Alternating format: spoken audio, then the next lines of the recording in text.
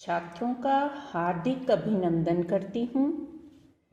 आज हम पढ़ेंगे कविता उषा, जो रचित है शमशेर बहादुर सिंह द्वारा, और ये कक्षा 12वीं से ली गई है। आइए कवि का संक्षिप्त परिचय जान लेते हैं। शमशेर बहादुर सिंह आधुनिक हिंदी कविता के प्रगतिशील कवि हैं। ये हिंदी तथा उर्दू के विद्वान हैं। प्रयोगवाद और नई कविता के कवियों की प्रथम पंक्ति में इनका स्थान है। इनकी शैली अंग्रेजी कवि एज़रा पाउंड से प्रभावित है। कविता का सार जान लेते हैं। उषा कविता में कवि सूर्योदय के समय आकाश में बदलते रंगों के जादू के बिंबों को अत्यंत आकर्षक रूप में दिखाता है। सूर्योदय के ठीक पूर्व आसमान नीले शंख की तरह बहुत नीला नजर आता है। प्रातःकालीन नभ की तुलना काली सिल से की गई है, जिसे केसर पीसकर धो दिया गया है।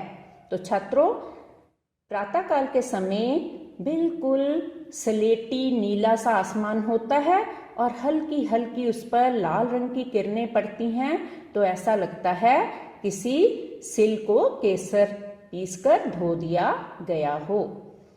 प्रातःकालीन नभ राख से लीपे हुए चौके के समान लगता है, जो अभी गीला पड़ा है। गीला इसलिए क्योंकि उस समय ताजी ताजी ओस पड़ी होती है।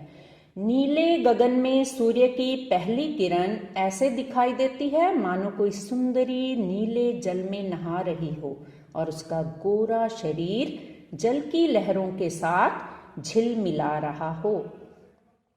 प्रातःकालीन परिवर्तनशील हर पल का दृश्य बिंबों के माध्यम से मानव के क्रियाकलापों से जोड़कर यहाँ दिखाया गया है। ग्रामीण जीवन से जुड़े हुए उपमानों जैसे राख से लीपा हुआ चौका, काली सिल, नीला शंख, स्लेट, लाल खड़िया यानी कि चौक आदि का प्रयोग नवीन है। आइए इसका पहला पद देखते हैं।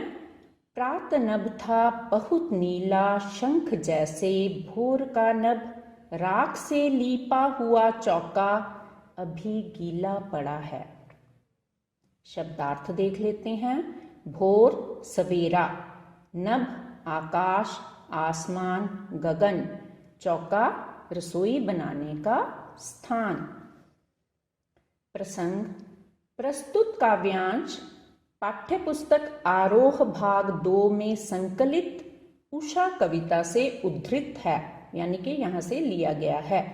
इसके रचयिता प्रसिद्ध प्रयोगवादी कवि शमशेर बहादुर सिंह जी हैं। कविता में कवि ने सूर्योदय से पहले की मनमोहक छटा का सुंदर चित्र उकेरा है। व्याख्या। कवि शमशेर बहादुर सिंह जी कहते हैं, उषा काल का आकाश ऐसा लगता है जैसे एक नीला शंख हो। भोर के समय आसमान शंख के जैसा नीला लगता है, वह शंख के समान पवित्र भी लगता है। तब पूरे वातावरण में नमी सी होती है। इस नमी के कारण आकाश ऐसे लगता है मानो रसोई घर को गीली मिट्टी से लीपा गया हो। ग्रामीण इलाकों में चौके को सुबह गीली मिट्टी से लीप कर शुद्ध कर लिया जाता है। इसी नमी के वजह से चौका गीला रहता है। काव्य सौंदर्य देख लेते हैं। कवि ने भोर के वातावरण का सूक्ष्म निरीक्षण किया है और यहाँ चित्रण किया है। यह गहरे नीले रंग का होता है। इसको उभारने के लिए कवि ने शंख की सुंदर उपमा दी है। राख से लीपा हुआ गीला चौका बिंब भोर के गहरे नीले और रंग को और नमी को दिखाता है। चौके के कारण पवित्रता को भी उभारा गया है। शंख जैसे में उपमा अलंकार है। राख से लीपा हुआ चौका भी गीला पड़ा है, में भी उपमा अलंकार है। अत्यंत सरल छोटे छोटे शब्दों का प्रयोग है, मौलिक कल्पना और नवीन उपमानों का प्रयोग है, वर्णन चित्रात्मक बन पड़ा है। आइए इसका दूसरा पद देखते हैं। बहुत काली सिल जरा से लाल केसर से कि जैसे धुल गई हो, स्लेट पर या लाल खड़िया चौक मल दी हो किसी ने। प्रकृति का मनोहारी वर्णन है, पूरे काव्यांश में उत्प्रेक्षा अलंकार है, मुक्तक छंद का प्रयोग है, ने बिंबों का प्रयोग है, सरल सहज खड़ी बोली का प्रयोग है। शब्दार्थ देख लेते हैं। सिल मसाला पीसने के लिए पत्थर, केसर विशेष फूल का सुगंधित पदार्थ, लाल खड़िया स्लेटी या चौक, मल देना लगा देना। व्याख्या देख लेते हैं। कवि कहते हैं, सुबह सुबह जब सूर्य धरती पर उदय होता है तो सूर्य की हल्की लालिमा रोशनी फैल जाती है, मानो काले रंग की सिल को लाल केसर से धो दिया गया हो। यहाँ आसमान काली सिल और सूरज की लाली केसर के समान दिखाई देती है। उस वक्त ऐसा लगता है जैसे किसी ने काली स्लेट पर लाल खड़िया लगा दी हो। यहाँ काली स्लेट पर सुबह की लालिमा लाल खड़िया चौक के समान मली हुई सी लगती है। यहाँ भोर के अंधेरे यानी कि झुटपुटे डस्क टाइम, शाम का जैसे होता है, हल्की हल्की रोशनी भी होती है, उधर से रात भी घिर रही होती है, ऐसे ही सुबह का समय भी होता है। उस झुटपुटे वातावरण में छाने वाली सूरज की हल्की लालिमा का दृश्य है। इस समय आकाश सुरमई होता है, अंधेरा काली सिलियां स्लेट जैसा लगता है। लाल केसर और लाल खड़िया चौक सूरज की उगती हुई लालिमा को चित्रित करते हैं यानी कि दर्शाते हैं। ओस और नमी को सिल धोने के दृश्य द्वारा दिखाया गया है। तीसरा पद देख लेते हैं। नील जल में या किसी की गौर झिलमिल देह जैसे हिल रही हो और जादू टूटता है इस उषा का अब सूर्योदय हो रहा है। सुंदर दृश्य बिंब है, माधुर्य गुण है। नील जल में देह हिल रही हो में उत्प्रेक्षा अलंकार है, सरल सहज भाषा है, मुक्तक छंद है। शब्दार्थ देख लेते हैं। गौर का मतलब गोरा, झिलमिल चमकता हुआ, जादू आकर्षण। व्याख्या, इन पंक्तियों में कवि कह रहा है कि भोर के समय आकाश जब गहरा नीला लाल होता है और सूरज की लालिमा सफेद हल्की पीली किरणों में बदल जाती है तो उस क्षण की सुंदरता ऐसे प्रतीत होती है मानो नीले रंग के जल में कोई सुंदर युवती की गोरी देह झिलमिला रही हो। फिर कुछ समय बाद जब सूरज उदय हो जाता है तो भोर का यह मनोहर दृश्य समाप्त हो जाता है। उषा के सौंदर्य का जादू धीरे धीरे सूरज उगने के साथ ही समाप्त हो जाता है। अब हम प्रश्न ले लेते हैं। कविता के किन उपमानों को देखकर यह कहा जा सकता है कि उषा कविता गांव की सुबह का गतिशील शब्द चित्र है?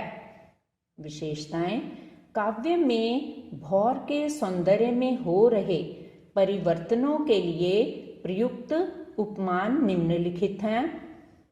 नीला शंख, राख से लिपा हुआ चौका जो अभी भी गीला है, लाल केसर से धुली काली सिल, स्लेट पर लाल खड़िया चौक का मलना, नीले जल में झिलमिलाती गोरी देह।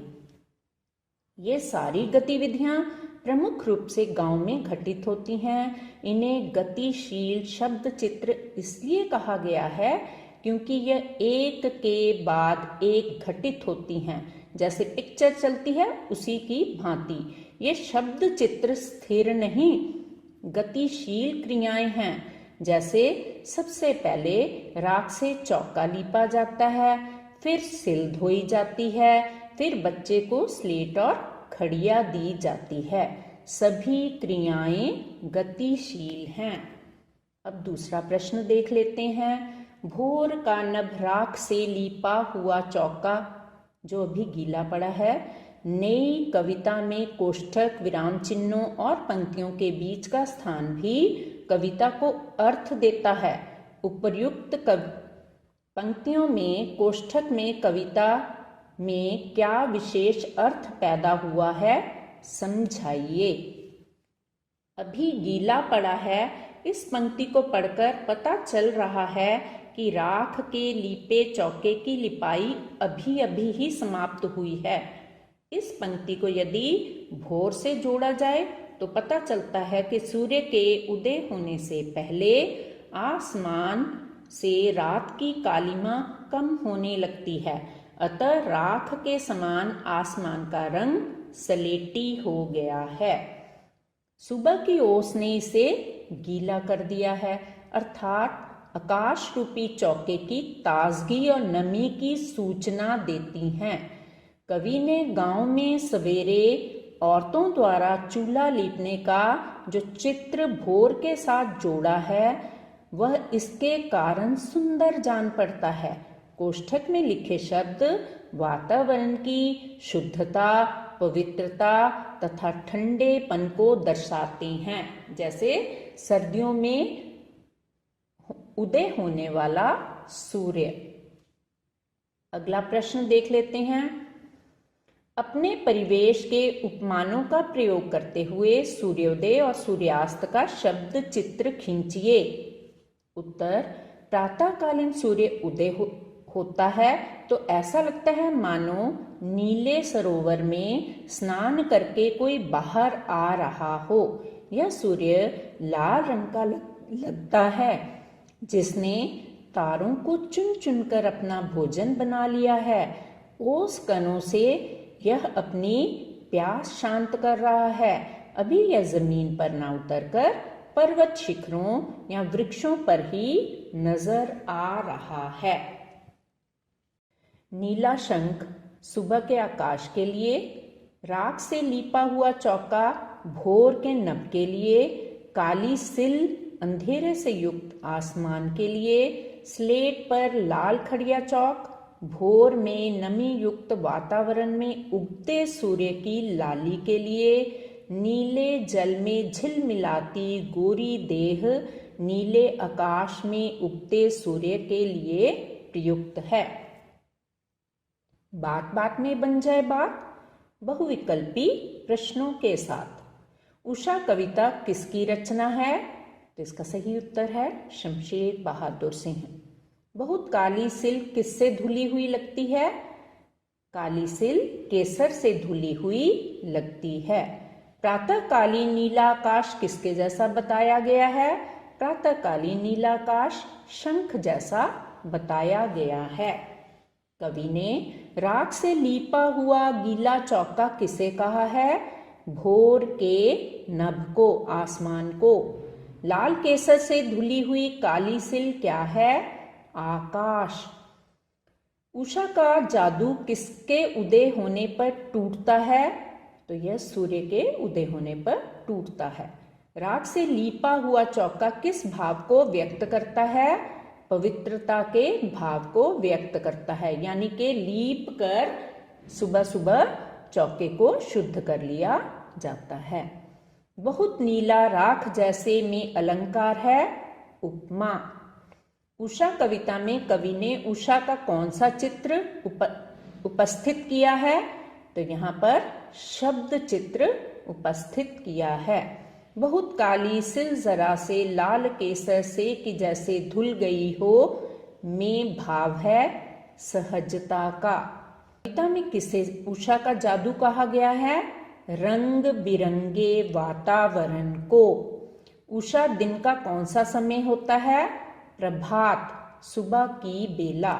नील जल में किसी की गौर झिलमिल देह जैसे हिल रही हो में कौन सा भाव है? उज्ज्वलता का। नीले आकाश में उदय होता हुआ सूर्य कैसा प्रतीत हो रहा है? गौर वर्णीय सुंदरी जैसा, यानी कि कोई सुंदरी अभी अभी गोरे रंग की हो और अभी अभी जल में से नहाकर निकली हो। प्रातःकालीन आकाश का रंग कैसा था? नीला। लाल खड़िया चौक मल दी हो किसी ने स्लेट पर में, स्लेट क्या है? स्लेट धरती है। उषा का जादू टूटने का क्या कारण है? सूर्योदय। चौका किससे लिपा हुआ होने की बात कही गई है? राख से। काली सिल की किससे धुलने की बात कही गई है? लाल केसर से। उषा कविता में राख से लीपा हुआ क्या बताया गया है? चौका।